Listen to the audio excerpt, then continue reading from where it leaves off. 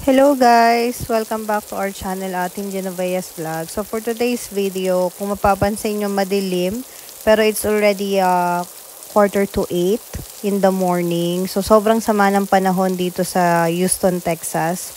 Severe thunderstorm and rainfalls.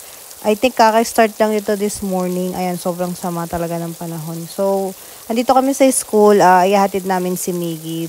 And as of the moment guys, hindi pa declare ang school district ng New Caney ISD kung ika-cancel nila yung klase for today. And dito kasi guys, per school district. So for today, wala pa kami naririnig na cancellation. Pero hopefully, makapag-cancel na as soon as possible dahil sobrang sama talaga ng panahon. And first time namin to guys ma-experience dito sa Texas or sa United States na ganito kalakas yung ulan.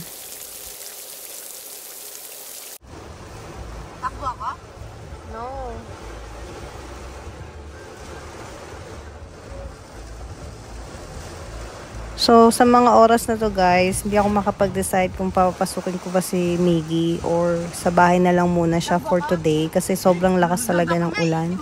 And hindi ako comfortable at hindi ako mapapakali nito sa bahay. Sobrang, for sure, hindi ako makakatulog nito buong araw.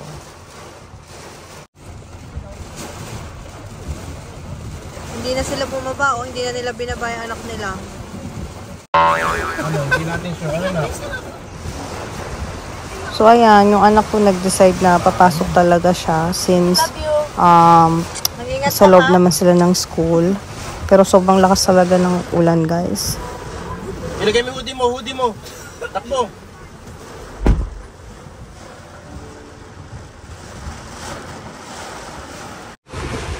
Hello, Mom. Ito na kayo muna tayo.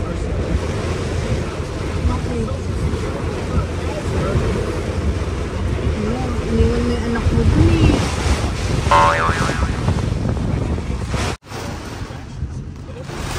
Grabe, lakas ng panahon. Ang sama ng panahon.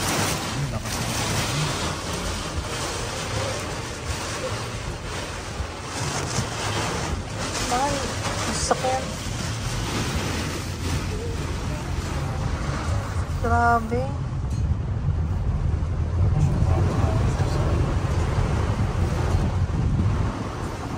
Lakas Ngayon pinakamalakas na ulan, mahal. Ayan guys, pauwi na kami. Sobrang sama talaga ng panahon. Halos zero visibility na ang lakas pa ng thunderstorm and ng hangin. Kasama ng malalakas na rainfall. Sobrang dark ng sky. Alas 8 to ng umaga guys. Pero halos akala mo anong oras, hapon or magagabi na. Sobrang dark talaga.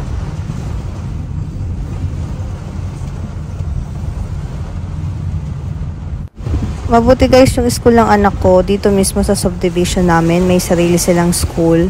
So paglabas mo lang dito sa main gate namin, ito yung main gate main entrance I mean. So andito na yung school sa side lang. So very convenient, sobrang lapit lang. Hindi na mahihirapan yung pumasok yung mga bata. Tulad ngayon, sa sobrang lakas ng ulan. Ang hirap papasukin yung mga bata. Ang lakas ng bagyo, ang lakas ng ulan. Pasok na lang. Kung makikita niyo yung itsura ko guys, hindi na ako mapakali niyan kasi iniwan namin si Miggy sa school.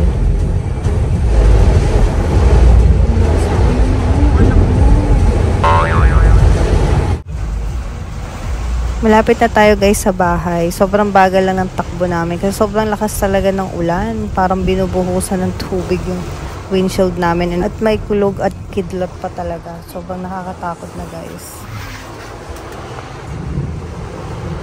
Oh shit.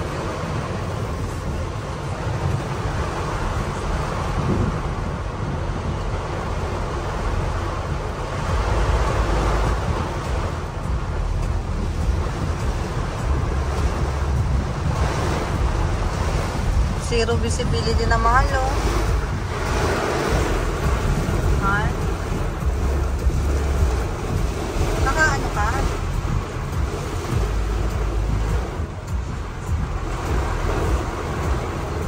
Grabe na ilang umulan ng ganito Baka bahain nyo.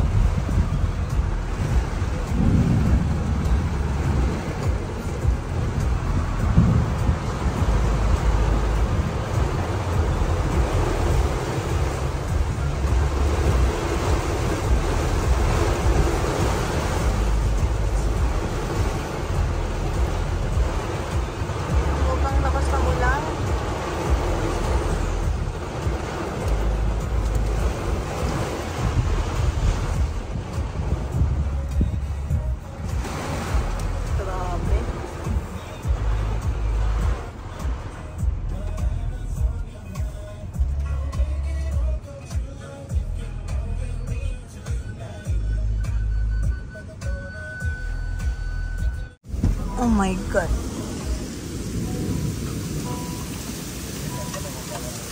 Paano ko bababa? Ang lakas ng ulan.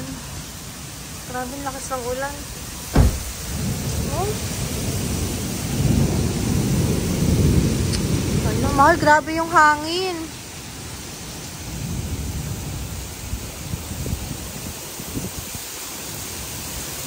Mahal.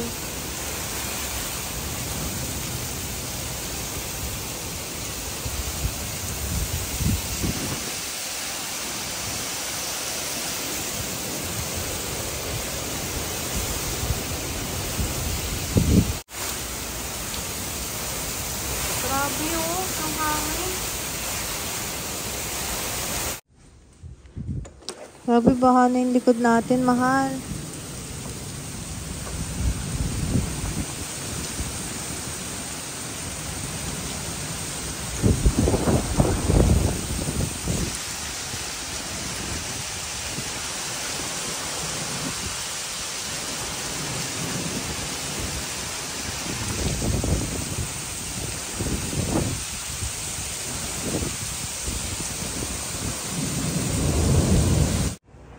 Para sa malamig na panahon, binabagyo kami, guys.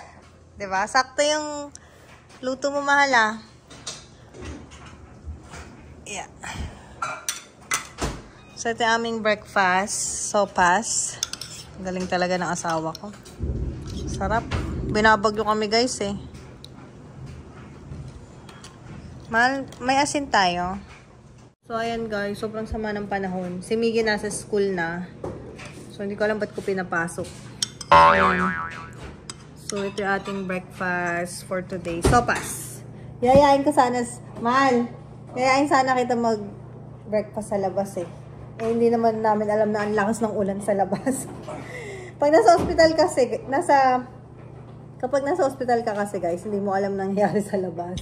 Kung umuulan, or ano, kasi busy kayo sa trabaho, eh. Wow. Sarap. So, nung paglabas lang, nakita namin ang dilim-dilim. Pero sabi ng mga morning shift nurses na it's raining outside. Parang sobrang dark sky. Thank you for your breakfast. Bakit mo ito naisipan, ah? Sakto sa panahon. Let's pray. The Father, Son, the Holy Spirit. Bless us all, Lord, for this day. I want salt. Pag umuwi tayong Pilipinas, mahal, kakainin ko yung toknening. Unang-una toknening, chicharon lapids, yun, yung mga favorite ko. Sarap. Kaya tayong ano, mahal, toknening. I don't know, siguro. Ha? Bubig, eh. Sarap. Sarap mag-almasal kasama. Ano kami kasi, parang pares overload. Ako overwork. Si Papa overcook yan. Marami best yan nagluluto everyday. Magaling sa pagkain, eh. Kaya love na love kita man, nakuha mo yung stomach ko.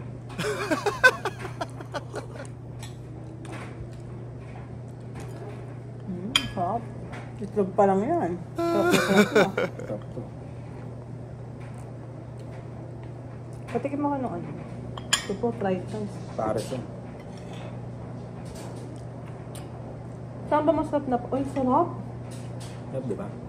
Saan masarap na pares, mahal? Kain tayo. Hindi ba ata? Hindi, seryoso. Yung ano. Ang QC meron. Mr. Pares. Kain pares, no? Pag-uwi namin, guys, sa June. Lahat na gusto namin kainin. Susulat ko. May listahan din. Diba? Pwede na pang ano. Ang sarap yung fried rice mo, ah. Man. Pang Pares yan. Ang sarap. Ang lasa niya, guys. Ang daming ano. Ang tawag ito. Ang daming garlic. Ang sarap, mahal.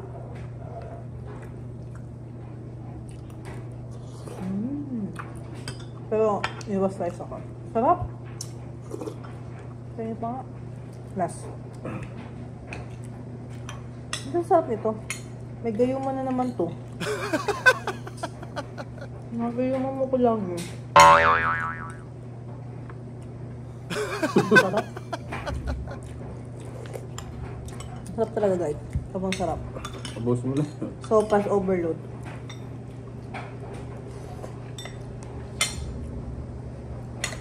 Kalimutan ko na yung pangalan ko. Sarap.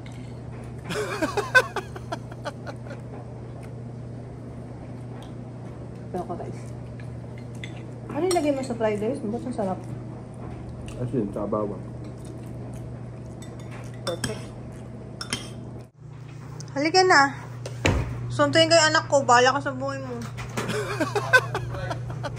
Suntuin natin si Miggy. Kasi lakas ng ulan sa labas. Papa! Hindi ako mapakali guys eh. Kisilipin lang namin yung school. Kung ano nangyayari. Mahal!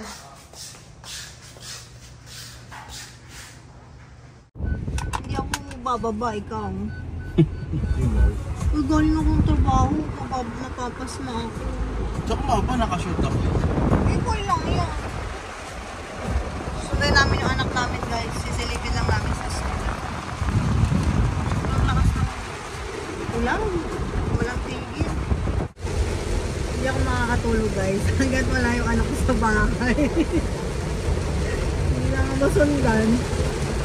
Ala, baha na. Reporter din to asawa ko eh. Grabe ngayon ko lang na-experience ko, mahal. Ito kalakas na ulan dito sa atin. Bagyo kasi.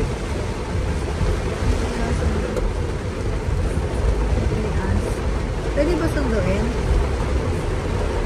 Ikaw mag-drive para ikutan mo kami. Ano yan? Sinunduin yung anak niya? Oo, ayun yung pick up nila. Ha? Ah, si Paisley yan. Ha? Si Paisley? Siguro reasonable. Ikaw na lang mahal, bumaba. Please. Mapapasma ako eh. Siya din naka-short eh. Nagpapark muna ako. Hindi na. Huwag ka na mag-park. Paano pag may sunod? I-hazard ka lang. Magte-take over ako pag ano. Ingat ka. Pinasundo ko si Miggy kasi sobrang lakas talaga ng ulan.